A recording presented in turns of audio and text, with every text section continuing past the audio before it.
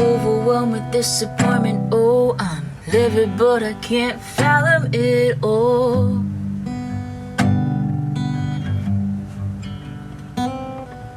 How can somebody be this thoughtless and heartless at once, to wish someone else to fall?